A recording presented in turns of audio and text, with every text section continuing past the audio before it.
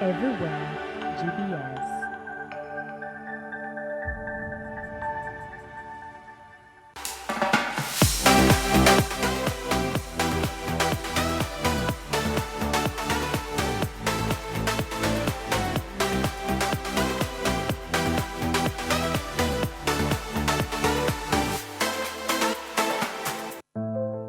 Women are speaking more than ever before. On stages, in boardrooms, and online. But when women speak, Who is really listening? because for many women, Speaking up still comes with a cost. so the question is no longer whether women have a voice. The question is, who protects it?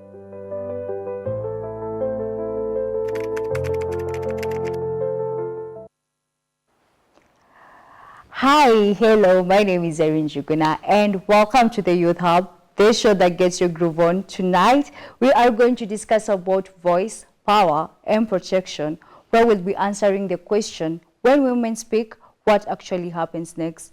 Joining me for this conversation is Virginia Ndukuyu, an advocate, and Jennifer Wairimu, president of Kenya Youth Organization. So guys, I'd love for you to introduce yourself and thank you for being here with us. Yeah, so Tanzania, nani Tanzania? Tuanze pale on my, yeah. Okay. My name is Virginia Ndukuyu. Nimetoka Dagoretti, mimi ni advocacy. Na nimeshukuru sana kujipata GBS. This is my first time on TV channel. Yeah.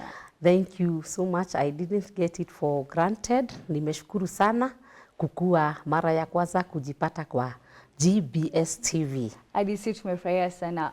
Unaweza waambia what you're an advocate for kidogo? Okay, mimi ni advocacy wa both KPs. KPs ni kama sex workers, people with disabilities, na both advocacy of GP, general population, kila mtu, mostly youth and women. Wow. Next, my love. Yeah, thank you so much. Thank you so much for having us here. I'm honored. My name is Jennifer Wairimu, popularly known as Waridi wa Miradi. Waridi wa miradi. Uko na miradi? Miradi ni mob. Yes, I'm honored to be here. Well, I wear several hats. I'll be very brief because it can really take long. Okay. Well, I'm the president of the Kenya Youth Organization, an organization which champions for good leadership and good governance in Kenya for the young people. And we are pushing for young people positions and space at the decision-making table. And it is a national movement which has its leadership in each and every county. So in every county, we have youth governor leading other leaders in that county. It's an election-based youth organization, so they got to be elected. I serve them as their president, and I'm honored. And soon we should be having some elections. So if you're a young person and you would love to get into the leadership or in a governance space, karibu sana. I'm also the national women coordinator of the KBB, Kumi Bila Break. Kumi bila break? Ndio kabisa. Yes, I'm leading the young women and also the women in the country into that. I'm coordinating and that particular movement. And we are women who not only are speaking from the boardroom, from the space that we are, but we are up for our tasks to be heard and action to be taken. I'm also an entrepreneur. I run a farm called Kwetu in Africa. It's a tours and travel company. We are located in Lamu. So wewe kama unataka kuja Lamu for any tours, to come and experience, or any coast or county, check us out on socials. And professionally, I'm a journalist. I've served for the last 8 years on TV, on radio, and on film. So I'm honored to be here. And yes, let's discuss and talk about women. Adi, before we continue, enjoy you wear many hats. Yes. Very Nimepunguza, nimekata. Umekata. There's still more. Anyway, I hope umesikia youths out there. There's an organization for you guys, for us guys. Now, pia, we are having our very own president. So I think we'll talk more about that as you continue. Sure. So guys, we're back on the Youth Hub, and as you said, today we're talking about women. So we live in a time when voices travel faster than ever. A single post can reach millions. A single video can spark a national conversation. A single sentence can challenge systems that have stood for generations. Yet for many women, speaking up still feels like stepping into a storm, because having a voice is not the same as being heard. Across schools, workplaces, communities, and online spaces, women are sharing ideas, challenging injustice, and demanding accountability. But too often their voices are dismissed, ridiculed, or silenced. They are told they are too emotional, too loud, too ambitious. Sometimes the pressure becomes so heavy that silence begins to feel safer than speaking. But what kind of society are we building if half the population must calculate the risk before telling their truth? Safeguarding women's voices is not just about allowing women to speak, it's about creating spaces where their voices are respected, protected, and taken seriously. Because when women's voices are ignored, we do not just silence individuals, we silence ideas, leadership, and progress. So tonight we ask, when women speak, who is really listening? And more importantly, what must change so their voices are just not heard, but valued and protected? So yeah, we're talking about women and our voice now. For the longest time, it has been a big challenge, even seeing women in leadership as you.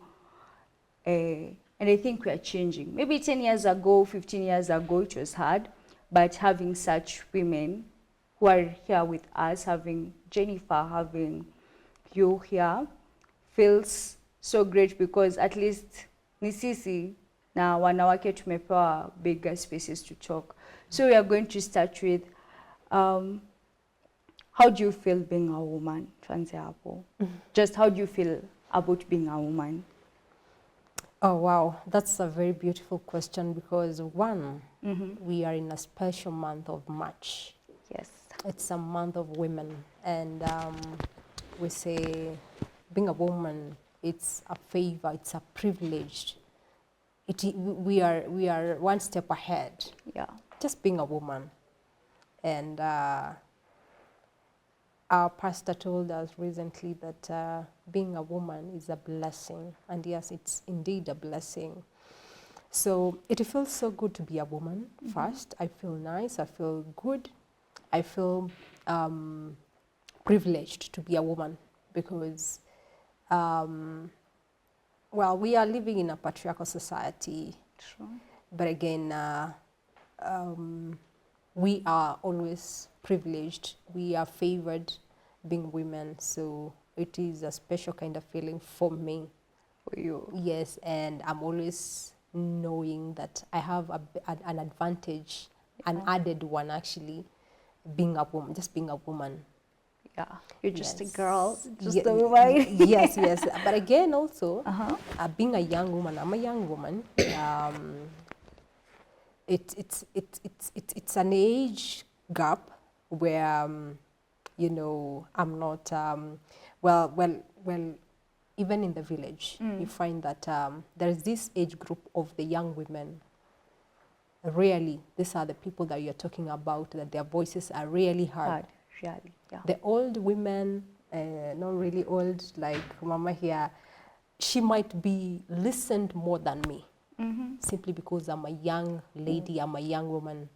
But she might be given her advantage, which is a reality that we really speak about when we talk about women. We generalize it. But the young women between the age of 23 to 30, they are young women whom their voices, they are usually silenced. Yeah. And it's also an age group where we are still navigating on what's my career, where am I going, who is this boyfriend that I want to settle with, who am I going to get a family, or first of all, I concentrate with my career. I'm still figuring out. So that particular age, you find that even the constitution or the system have not considered her, and that is the woman that personally I advocate for through the my organization called Waridi Foundation. We advocate for the voices of the young women. And so we donate reusable pads to them, we speak to them, because we believe that when you give them dignity from school, you give them the voice even when they are outside, they are calm, they are bold, when they get outside there, because always, as much as we are talking generally about the women, but we must be able to know there is the young women and the old women, and there's always a gap. Yeah. For us, we are always forgotten. Very. And also, just to add on before I go to you, I feel as if like women from 20 to 30, we are so confused. Yes. And also, kwa kazi, you're not respected. You're not given the same respect as a 35-year-old woman. No. Maybe just because you're not married, Yes. you're supposed to go for more shifts. Yes. For You're given more work. There's more shift for you, there's more work for you than the old Than women, women. because they'll be released. They're like, wacha huyu aende nyumbani, wacha akafanye. You know, you find that sometimes we even are not in the bracket of the youth. Kwa youth hatuko sana, Hatuko. na unakuta kwa women groups we are not there. Hatuko kwa because even hatuko kwa merry-go-round. hatuko, because watatuona kama watoto or something. Thank you. Having an older woman right now, na feel adwe ndo nafaa kutusaidia kubridge your gap, na pia kutueleza why is there always your fight here, a 40-year-old woman na 20-year-old woman. Yes. A 40-year-old woman can make a 20-year-old woman feel like, oh, you have not gone through anything, so you don't deserve to be here. You don't deserve a seat at this table. But tuambie kwanza, what does kukua mwanamke kwako inamaanisha nini, na unafeel aje kwa mwanamke? Mimi na feel so proud to be a woman, because mkijua the Mary, mother of Jesus, alibarikiwa na Mwokozi. Na huyo alikuwa woman. So na mimi nimeona Mungu, niko proud because mimi ni mama wa watoto. Yes. Hiyo ni kitu ya kwanza ya kusikia Yes. mimi ni mwanamke. Yes. Na nusu. Kwa sababu mimi ni mama watoto. Yes. Another thing ni picha yako vile una relate na community. Pia ni muhimu sana wewe kama mwanamke kujipeana huko nje, unajipeana aje? What are you doing to the community ndio watu wakutabue wewe ni mama? So hiyo nayo pia, hii masomo ninawapelekeaka kwa community bado ninaona kuna kitu inafanya, cause nimesaidia wengi. Yes. Bado ninasikia hiyo, I'm so passionate about it, kusaidia watoto wengi, wamama wengi. So bado ninaona kuna kazi nimefanya kama mwanamke. Lakini kuna ile discrimination. Nimekwambia kama mimi nilikuwa sex worker, ni vile niliokoka. Na nimefanya hii kazi ya sex worker for many years. How many years? 15 years? Yeah. Wow. Ndio nikuje kuiacha. But imenilelea watoto wangu. Yes. Na ndio nimeishi kujilipia rent. Nimeishi kusomesha watoto wangu, na bado nimeishi bado na nini na kunifanyia mambo zangu zote zenye mwanamke anahitaji. But ukienda kule kwa community, unakuta wewe hujatambulika kama mama. Yeah, because kwa sababu ya ile kazi wewe mwenyewe unafanya. Kule community wamesahau wewe ni mama, na ile kazi unaenda ni ofisi yako. Yes. Unaona? So unakuta kuna verbal abuse, unakuta kuna physical assault huko, unakuta wewe mwenyewe umetengwa, like huyu demu mwenye anasema anataka kukua in part of political. Yes. Lakini unakuta sex worker anataka kukua political, but anaitwa hizo majina malaya, nini. Unaona? Yeah. Na akona hiyo kipawa yake ya kukua politician. Kama saizi I have to sex workers wale wanataka kiti ya MCA. But unakuta kule mbele lazima huyu MCA kama anataka registration, lazima akue sexual harassed, sexual abuse, verbal abuse. Yani anafanywa kama yeye ni kama yeye hawezi kuwa MCA kama ama kuwa muheshimiwa. So hizo vita kama hizo ndizo tunapigana nazo, Yeah. kupiga wanawake. So wakati wanawake wanapigwa, mimi feel, cause wacha nikuambie, mwanamume hakuna siku atawahi kubeba mimba. True. Hakuna siku atawahi kuwa ananyonywa na mtoto. But yeye mwenyewe amesahau alikuwa kwa tumbo ya mwanamke. Yeah. Na akakuwa akanyonya matiti ya mwanamke, na huyu mwanamke akamuinua hadi mahali amefika. Unaona sasa? Nao wanaume ndio wanarudi wanaua hawa mama. Yes. Hawa wanaume ndio wana discriminate wa mama. Hawa wanaume ndio wana harass wa mama. Hawa wanaume ndio wana rape. Hawa wanaume ndio wanaua. Otherwise, mwanamke hajaprotectiwa vile inafaa. Na wandhi, ukiangalia tena kwa ofisi, mwanamke kama huyu hawezi pata kazi kama hajarara na mtu. Ukitaka kukua honorable lazima upitie kwa hiyo. Na hiyo ni kitu iko hadi kwa ground. Yeah. Na hiyo ndio imetuma mpaka wamama wale wanataka viti wamefunguliwa kwa sababu ya hiyo.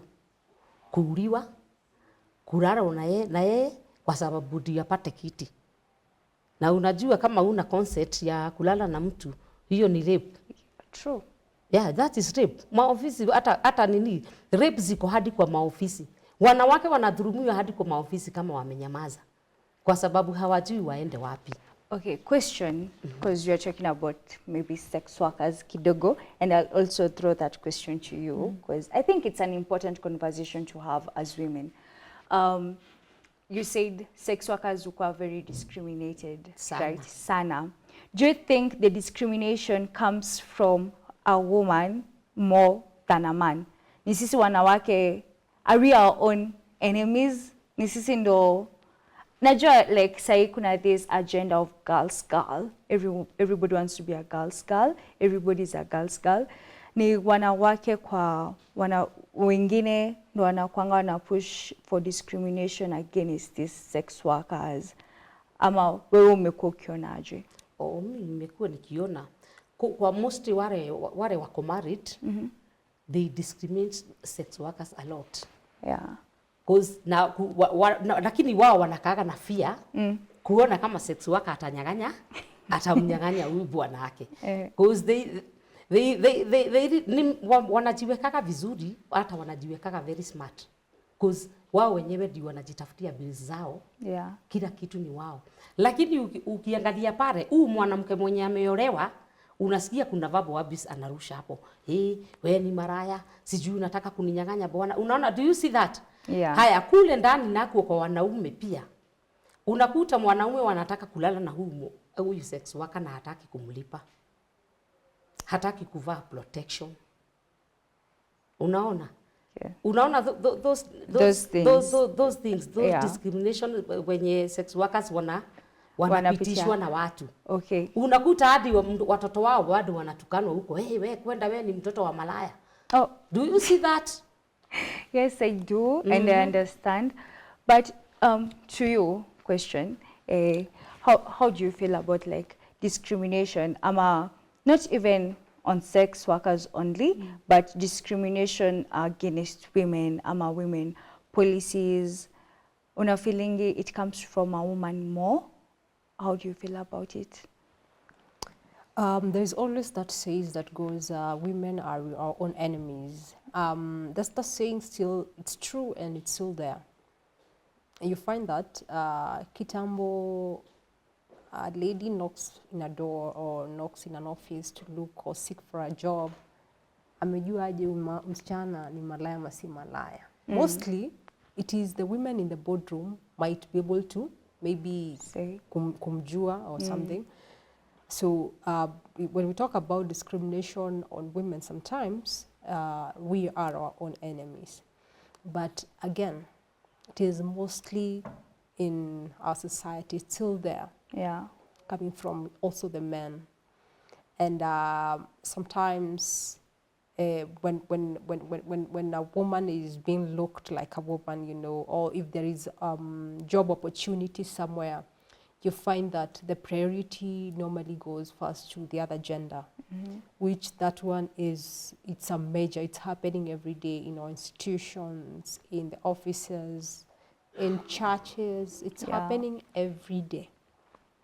And that's why even in the parliament, we have the seat of the women representative from the county level, which personally I'm going to vie in the 2027 Oh, in Lamu. wow. I'm an aspirant already. I've declared that. So specifically, we are going there to make sure that that gender role is observed. But you find that still with that, it is not enough. It Yeah. is not enough. So we must change as women. The girl thing should be able to be upskilled, and it bring the real. We have a system about it because I mean we cannot. It's not. It should not be just a slogan. Yeah, it should not just be a social media trend. No. Yeah. It should be put in place, and we know wanawake tuko na wivu hapa kule. Yeah. You know, that I don't want to see you rise more than me. You don't want to see me rise or me lead you. It is there, but it is how the society has built it. It's how the system has been before to date. Yeah. But alhamdulillah, it is changing every day. We are breaking there the is some system. shifts. We are giving the priority now. The woman can be able, at least in the boardroom of 10, at least tunapata tuko wanne. Ukweli, which So is ama not. watatu. So at least there is a shift, which we must be able to appreciate that. And that shift is from, it's mostly at the urban areas. Uko rural bado. Bado. But urban, at least we can see shift. And it's my prayer that this shift should go mpaka to the grassroots level. Let a woman be presented as an equal to the other gender. Yes. Not because he's only a woman, not because of her gender, partner, because of her quality and her capability to perform whatever task is ahead. Yeah. Yes. So I think any kila mtu ame experience if you're an outspoken woman, if you come out too outspoken, unaambiwa aggressive, you're stubborn, nini, una feel like anytime soon. Kwanza, have you ever been in that situation where you're called aggressive or you're misjudged just because you're outspoken and just because you're a woman? Yes, How did you handle that? I have been in that space for a very long time, and since I was young, I was this young girl who always spoke out. I remember, well, I grew up in Lamu, and that's home. And growing up, I had just one dream, to become a journalist. So I pursued that, and while in class, they used to call me Karobi. Karobi used to be a journalist. You kama wewe ulimpata? Sisi kumpata wewe Karubi. Gen Z. So they used to call me Karobi because whenever the teacher asked who is going to read a paragraph, I would say it's me. It's every time. So everybody knew that I'm the one to read those paragraphs and spear the conversation. And that one made me come out stronger, like huyu ndiye wa kuongea. Kama ni kuongea ni yeye. So hapa unaitwa kiherehere, unaitwa wewe ni aggressive, unaitwa wewe unapenda kujionyesha, mjuaji. Know it all. That it sometimes it made me shrink. So at some point it made me feel like, okay, kama ni kiherehere nafaa kupunguza, you know. But you know, it is something that is inbuilt, ni iko ndani yako. It's sometimes today unasema I'll not talk today, I'll keep quiet. But wao wanakuita kiherehere bado ndio watakwambia tuwakilishe bwana, you know. And sometimes you can't be able to keep quiet. A situation inakuja unaongea, but you had said, you told yourself that I'm not going to talk. So the men on the other side, the boys then wana feel, hey, huyu ni mnoma, huyu ni mtafu. At some point unaona wana avoid because they're afraid you are outspoken.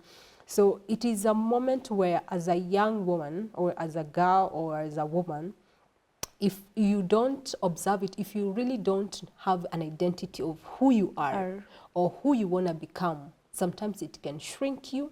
It can make you even don't pursue your dreams, because It is where everybody is pointing a finger on you. So it is either you continue or you stop or you slow down. And I believe that many women have slowed down to their destiny, to their career, simply because of those verbal, like, you know, being aggressive.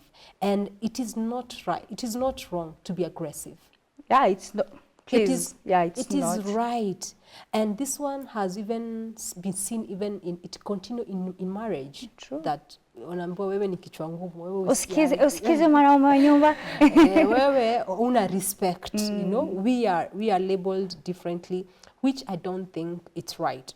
And I know it is a society system that has tried to push us in that corner, which is not right. Yeah, let a woman speak. Let a woman be who they want to be. Let them pursue the career. Let them be outspoken. We are born and God created us in a different way. Everybody. We have different talents. True. So when I show my talent, don't feel threatened. Don't feel that I'm taking over you. Don't think that I'm the winner or the center of the show. It's simply because God has given me that. Sometimes it's a talent. Yeah, it's not always a competition. Yes. Get away with everything. Yes, sometimes it's being ambitious, which is okay. Let a girl dream. Let a woman dream. Let them become who they want to be. Because the society we might continue to pin us down. But as a woman, you should never be pinned down. Speak your mind whenever and wherever you can, because that's who you are. And I've said before, as a woman, when you are a woman, it's a privilege, it's an honor. So there is that one added advantage of you. Yeah, for just being a woman. Of just being a woman. But again, we should be able to take care of that honor. We should not misuse it. We should be able to protect that. Yeah, and value that. Value that and be responsible on whatever you say, because again, you don't want to come out like you're a bad person. Oh, wow. Yes. You have so many words of wisdom. Wise, very wise. No wonder you're the president. And we can't wait to see you running for the Women Drive. Thank you. And you winning. So we are going to go for a short break, guys. As you're coming back, we are going to ask Jennifer what if she has ever been called stubborn. Na ilifanya ufeel aje. Na uko kwa comment section, please tell us, how did you feel when you're told you're stubborn, you're aggressive, just because you're outspoken as a woman? So text us on our SMS line at 21144, and we're going to be back after this short break.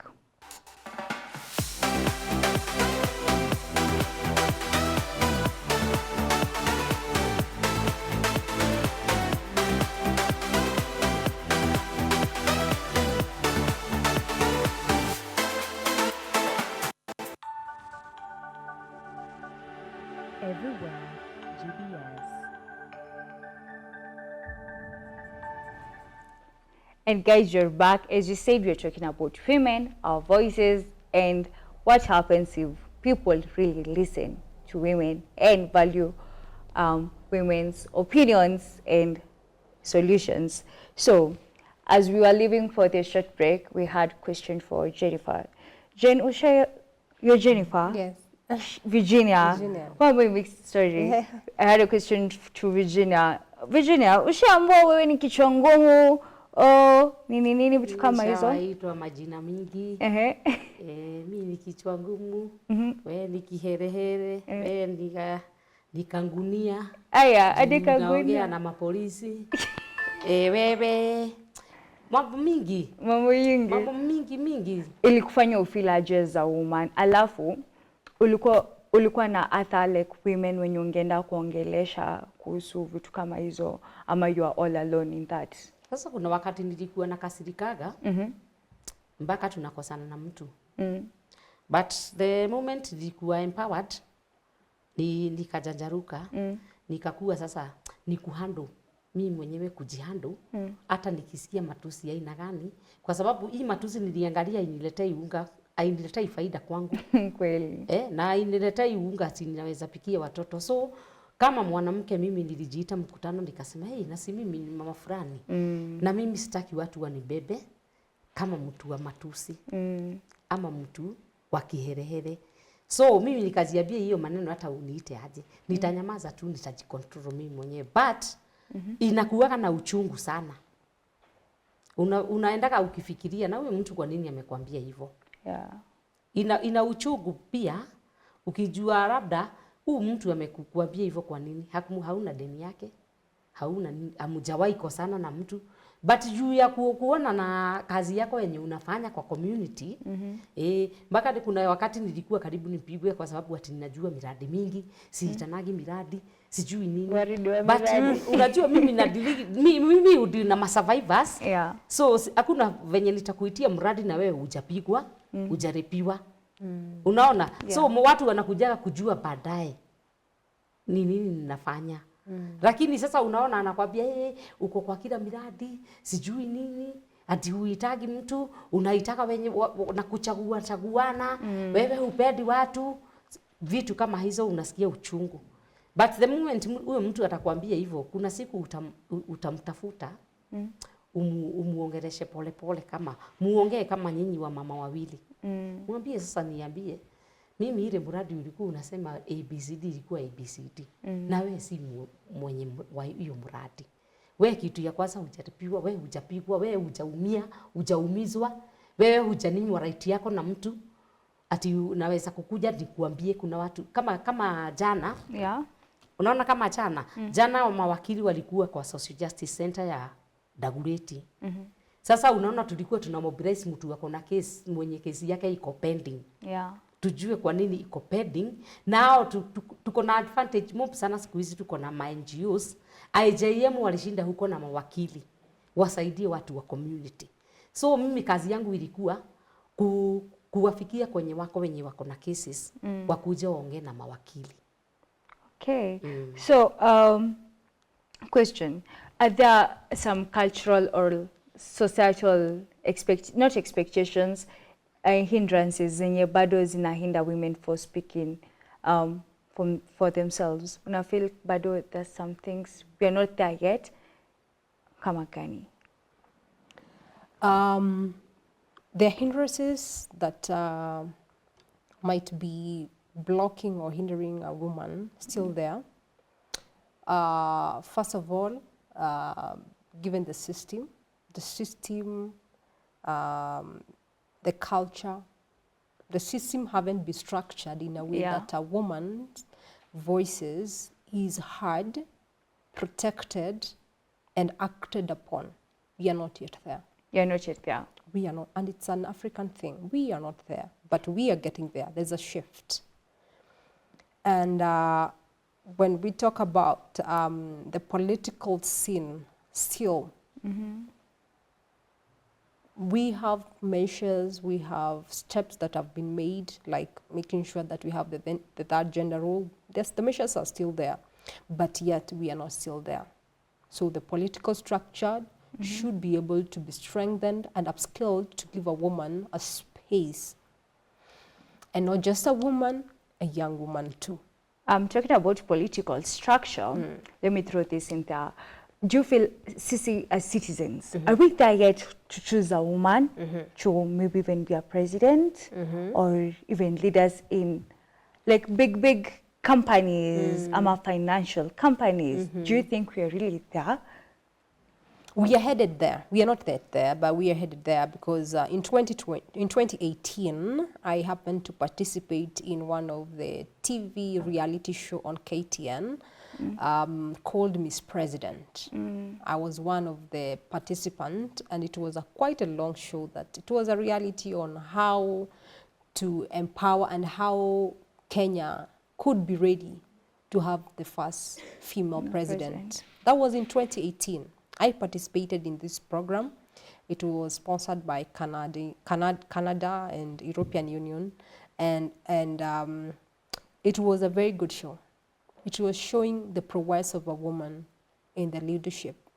We underwent there, and we were given a lot of knowledge. We were taught on how to become a leader, and specifically, as the name suggests, it was everything to do, it was presidential. We were put in an academy and we were taught things there for months. And then we were given now a trial. Go out there, enda ujikampeinie, enda ujikampeinie. But as we go by, tulikuwa tunachujwa. Mpaka we had the best 5.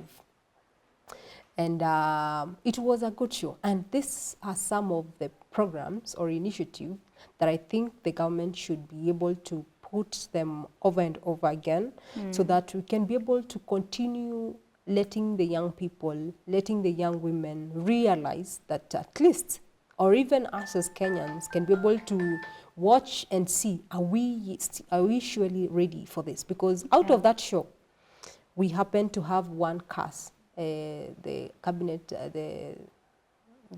assistant minister called Nadia from Mombasa. She was under the youth. She was given the opportunity under under Uhuru Kenyatta. Yeah. Nadia. And also we had over 3 member of parliament. No, yes. And one of them is already in the parliament, called Irene Mayaka. I was with her in that particular academy. I was with Nadia in that particular academy. And they were seen during that show, and they were pushed, or rather they were given the opportunity. So we are not yet there yet, but we are headed there. And I'm loving the pace. It's so good, because it was just yesterday. During the 10-point agenda and the NADCO report, where the president was having a conversation, rather a report was being given, the report of the NADCO that was between ODM and the UDA. And when she was talking there, I love what Cecily Mbarire. Oh yeah, I saw. She was like, this report, I feel like it has. Talking about that, I kind of felt as if him asking her, him in question, asking her, are you sure you wanna ask? Is that not a form of intimidation, or like just subtly, like nakunyamazisha, nakulenga, kidogo kidogo? And that we experience that on a daily as women. People can tell, mtu anaweza kwanza kwa director kwambe don't ask, ama we want to give you an opportunity. They'll let you sit on that table, but if you dare bring your mouth, your opinion, you won't be called in the next meeting. You won't be called. But even him like asking that question, you didn't feel some type of way as a woman, Ama? I mean, I felt so proud about her, because she represented, or rather she made an inquiry about something which is very sensitive, about, is the woman considered in that particular report. And I believe the president answered her like that, because the president is so sensitive when it comes on women. Like she gives them, he has constantly, we've seen her even giving the board chairs and all that, giving a chance to a woman. So I believe that the president even countered her, because he believed that it is something that it's already there. It should be there. He was very certain. It should be there. You don't need to ask that, Cecily. It's always there. Says you should not ask that. Says, what are you doing? What are you asking? That thing should be there, because he's so certain that it is his. President, hiyo ni priority yake. Ya kwamba kuweka mwanamke mbele. So he would be worried, or he would be embarrassed if the woman is not there. And so he was so certain, iko hiyo kitu iko. And that is just one of an example of how our political space should be able to be upscaled, strengthened more, and give the woman the opportunity, give the woman the chance and the safe space, not just to speak, because women have been speaking. We have been speaking. And those who are silent, it's because probably their voices have not been heard enough. So we shall continue speaking, and it's my prayer, even the political scene. I had talked about the system, cultural system, our society. It has always silenced the woman. Always. So you work with an organization, Yeah. So many organizations, they claim they support like gender equality, but do the system actually protect women who speak up? Kama kwa organization like mwanamke mwenye anabonga, mwenye anasema ai last time hamkutufanyia fiti. Do you think like organizations protect ama they shun them? Organization kuna zile zina protect na kuna zile haziprotect. Tuseme unaona kama SOB imechukua platform ya health yote kwa sex workers kusahau wanadili na KP. Able please tell people what KP is. I don't think a lot of people population, know. Ni key population ni wale kama sex workers, wametengwa, people with disability, watu wale vulnerable, watu wachanga, hao ni KPs. Okay. GBS ni general population, so hiyo ni kila mtu. So sisi wote tuko kwa the general population. Hiyo ni kila mtu cause unaona KP yeye ni sex worker na MSM na vulnerable people. Okay. GP ni kama mtu ameolewa, kijana, msichana, mtoto. So organizations unadhani wakiona ule mwanamke mwenye na speak up for anything going on, whether right, whether wrong, nadhani kuna kwanga na mwanamume I speak up on the same thing, litakuwa handled. Do you think itakuwa the same ama ya mwanamke itakuwa like haitakuwa the same cause kuna kitu inaitwa corruption. Na kama rights ya mwanamke wewe hauna kakitu, mwanaume ata make sure amepeana kakitu ndio wewe uwe rights zako. So corruption is one. Power. Cause mwanamke hana hiyo power ya kupigana na mwanaume. Can you counter that? Yeah. Ana power hiyo ya kupigana ngumi na mwanaume, cause unaweza bado tishiwa maisha. If you don't do this or if you do this, I will kill you. Or you will see what will happen later. So unaona mwanamke yako na fear. Bado kuna fear na kuna power pale. Yeah. Yes. So wewe kwako una feel like say bado like ukispeak up kidogo haitakuwa handle the same na a man speaking up. What are your feelings about that? I feel like well, I don't really agree with her, but again, I feel like we are in a system, you know, because when we talk about violence, physical violence, there is also the law. Yeah. I mean, you can go and report that to the police, you can go and report, and the case to be handled.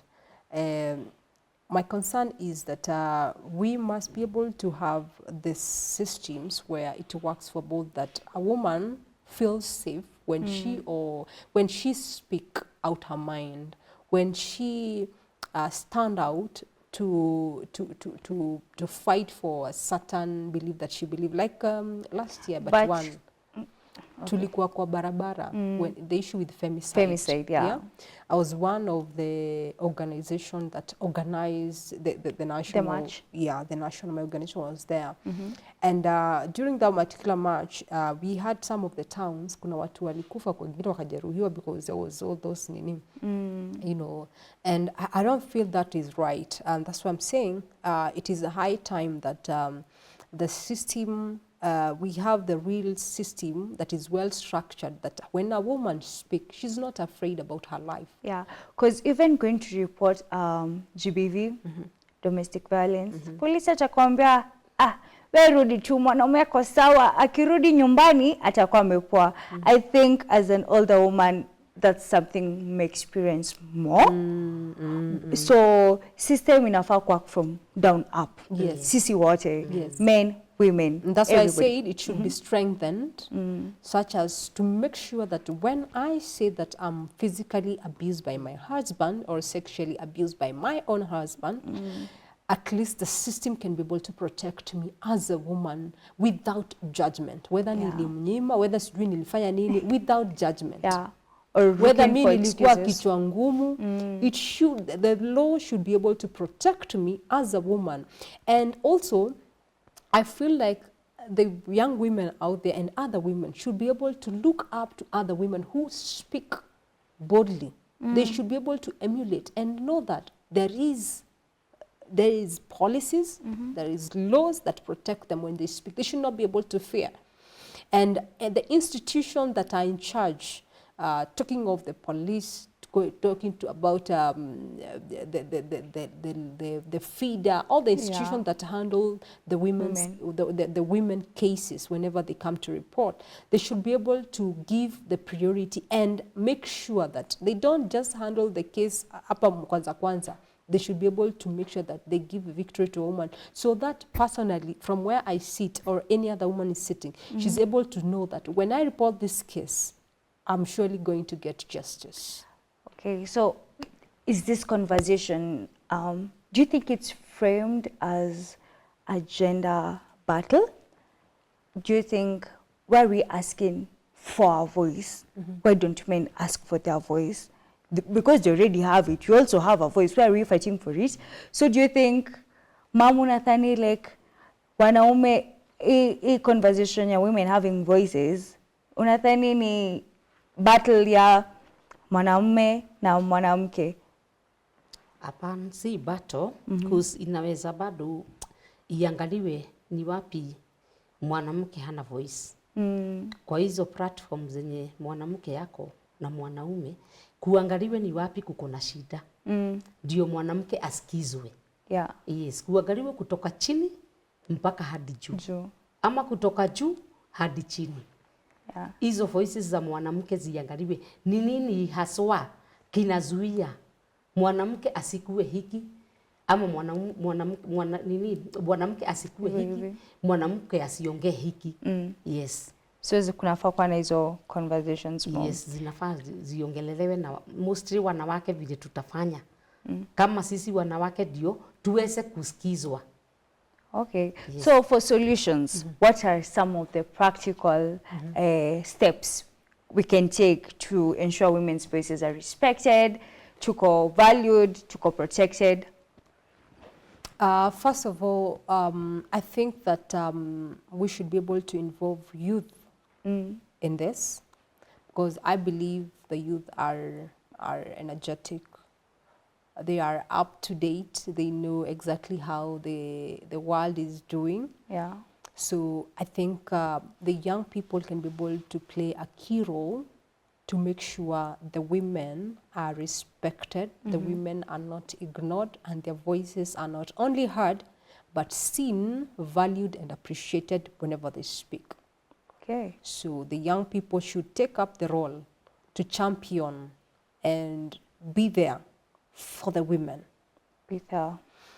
Knowing verily, it is in the youth bracket that the young woman is. That is one. Secondly, I feel like there must be a real empowerment for the young people, for the women of today. A good example is what we are doing in my organization. We are doing a lot of mentorship for the young girls, for the young women. We are doing a lot of empowerment, especially to end period poverty. That is key, very key, because this is still the age group when I'm talking about teen to a youth, probably 30. We donate to them, giving them a surety, dignity, dignifying them, and letting them know that, you know, when you know that dignity, you have the dignity, you can be able to not be ashamed, you can freely speak your mind, and being empowered. So there must be real empowerment, even through the government, for the young person, for the women to be empowered fully. When a woman is empowered, she will speak and she indeed know herself. So empowerment for the women should be there, and I believe it is through the offices of the member of the county, that is the women rep, where there is affirmative fund. And those affirmative funds specifically, they are for women and the youth. So they should be actionable. That office should be actionable to accelerate whatever a woman is doing, probably as a group, as an individual, because when this woman is empowered, her voice must be heard, shall be heard. It's automated. Yeah. And also we should be able to continue challenging the system, especially being in a patriarchal society. We should be able to continue challenging the system that inequality is not what we want. We want equality in all forms, and not because of the gender that one is, not because she's a woman that so she be given the priority. No. Women right now, most of us are empowered. Yeah.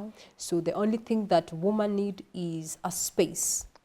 So give the space to a woman because she's capable, she's up to the task, she is learned, she has all the qualification, and she can be able to speak in that particular boardroom or that space and represent. Because I believe that a society that listens to a woman is a society that grows. A society that listens to a woman Yes. is a society that grows. Yes. So we should be able to continue challenging the system, and also I believe that also we should be able to give appreciation to the institution that are already doing it, and also ministries that are doing it, and also challenge them to do more, especially at the grassroots level. Wow, very powerful. Yes. Very powerful. Yes. So, Mom, this is our last question I'm going to ask. If every woman in society felt safe to speak her truth without fear, how different will our community look like? Unadhani like kungekwanga tuna opportunities ama chances ama safe spaces for women to speak their mind, to tell us their opinions? Unadhani dunia ingekuwaje? Dunia haitakuwa sawa. Itakuwa sawa tukipewa spaces? Tukipatiwa spaces, Yeah. itakuwa powerful. Yes. Because tutaweza kuinua wale wana youth kule chini, kwa sababu tutaweza kukua na sauti ya kusema mwana youth wetu mwenye yako na degree hatafanya kazi kwa vijana. Hiyo degree yake kuna mahali inafaa ikuwe ikifanya kazi. Yeah. Sasa unaona vitu kama hiyo, cause tuko na vijana wengi huko chini na most girls ni wengi huko chini wako na madegree, wako na madiploma, lakini yako kwa mtaro. Sasa tukikuwa na space kama hiyo tuseme, kuanzia leo tumekataa, tunaweza waandika hao vijana wote wenye wako kazi mtaani, hizi degree zao Kenya alisomea aende yakafanye kazi huko, mwenye amesomea technical abaki kwa technical. So tutakuwa na voice, hata wenye wako chini watakuwa empowered, hata kukua kwenye siasa. Si unaona mpaka hata voice za youth, za wana youth zitasikizwa pia. True. Kwa sababu bado hiyo space itabeba kila mtu. Mwanamke, youth, mama mzee, itabeba kila mtu. So tukipatiwa hiyo space kila mtu atakuja kujibonga na hiyo sauti itafika. Kwa tutakuwa wengi. Na sisi sauti tukitoa sauti, sisi wanawake kuna vile Jennifer alikuwa amesema, adui ya mwanamke ni mwanamke mwenyewe. So wanawake tukishikana pamoja, tusapotiane, tuseme ni Jennifer na tusikue na hiyo maroho. Hiyo maroho.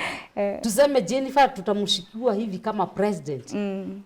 Tusikue na siasa. Tukiamua, tukikuwa na space kama hiyo tutaweza kuelewana. Jennifer ndio tutaweka kule akuwe president wetu, tukue wanawake wakuwe kitu kimoja. Pia ningetaka kukanya wanawake online, because ukiangalia bado online wanawake wanatukana na wanawake wengine. Wanawake tuache matusi, tusapotiane, tuappreciate sisi wote. Mahali tuko, appreciate that woman mwenye ako karibu na wewe. Yes. Wow. So, as you've heard from Jennifer and Virginia, appreciate women who are close to you. And you said the powerful statement, I've forgotten? A society that listens to a woman is a society that grows. A society that listens to a woman is a society that grows. I hope you're the biggest takeaway from this. So, as you close, I want you to do a challenge to kikafunga. So, I want us to say, I love being a woman because 3 things. Okay? So chanza na wewe. You love So unasema I love being a woman, alafu unasema why? Mi najipenda kama mama. Anza.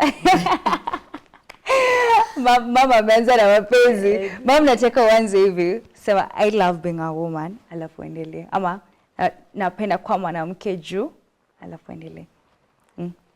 Napenda kuwa najipenda kwa sababu mimi ni mwanamke, napenda kuwa kwa sababu ningetaka kukua hata mimi MCA. Wow, okay. Ningependa pia hata mimi nijenge Kenya. Ningetaka pia kuempower wanawake wengine. Okay. Yes. Nice. Virginia, why do you love being a woman? I love being a woman because a woman is a mother who nurtures. A woman is one who listens and brings development in a society. Yes. So that's why you love being a woman. That's why I want to be a woman. That's why, I'm already a woman. You're already a woman. That's why I want to, yeah, because when a woman, as a woman, when we lead, we bring development. Yes. We are mother, so we nurture automatically, and we grow the society. Okay. So for me, I love being a woman because we have such conversation. And womanhood and having a community of women, that's the most beautiful thing ever. Sure. Yeah. Now, I'm so glad to have you guys. Umetupia a lot of insights, like so much. Leo ni kuandika two notes, a lot of wise words. Now, to every woman out there, what can you say to them?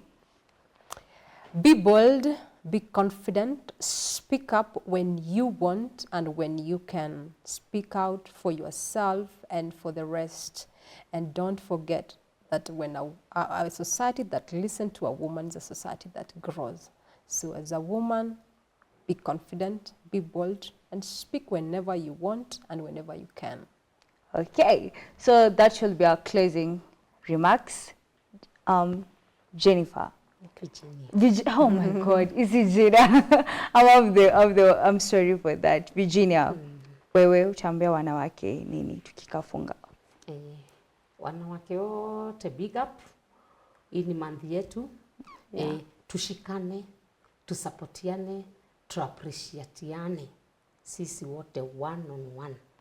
Okay. Toka mkubwa hadi mdogo. Heshima. Heshima. Okay. So tonight's conversation reminds us of something very important. Our voice is powerful, but our voice alone is not enough. For real change to happen, our voice must be met with respect, with accountability, and with action. Safeguarding women's voices is not the responsibility of women alone. It is the responsibility of families who raise confident daughters, institutions that create safe environments, leaders who listen with humility, and communities that refuse to tolerate silence imposed by fear. Because when women are heard, societies grow stronger. When women are respected, communities become healthier.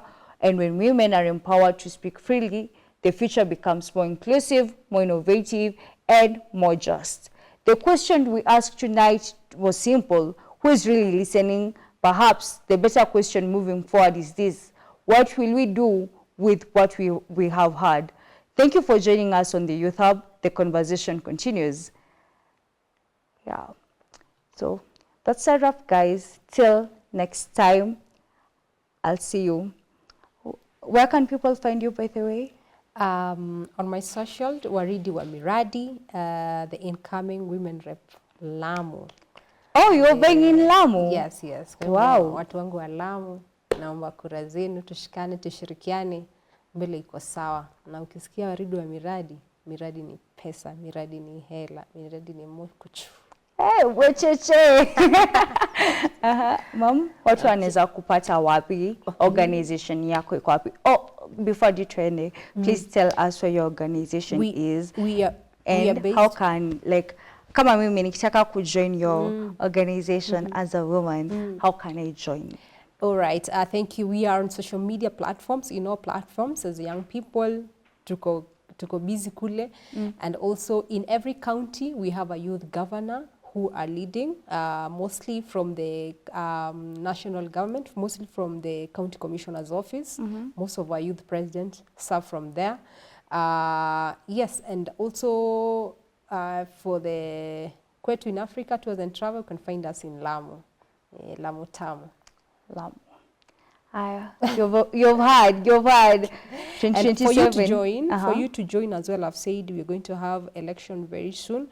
So for those who are interested, you can be able to follow us on our socials, mostly the Kenya Youth Organization. In our socials, most of the updates are going to happen there. And also we have a website. Check them out for the updates for those who would love to vie or represent their counties. Wow. Yeah. My mom. Okay. Mimi unaweza nipata pale soap Kawangware.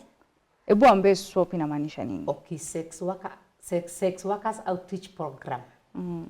Iko Kawangware, pale opposite Kenya Polytechnic. Hapo ndio ofisi yangu inakuwaga na tuko huko. Na pia unaweza nipata pale Social Justice Center, iko located CDF ya Dagureti. Social media, Virginia Ndukuyu, TikTok, Jerry VG. Jerry VG. Jerry VG. Anyways, guys, I've been your host, the most Irene Juguna. Find me on Instagram at It's Just Irene. Na kama kawaida hapa Youth Hub, we have conversations that keep us growing and we learn each and every day. So till next time, keep it locked on GBS TV Africa. Bye.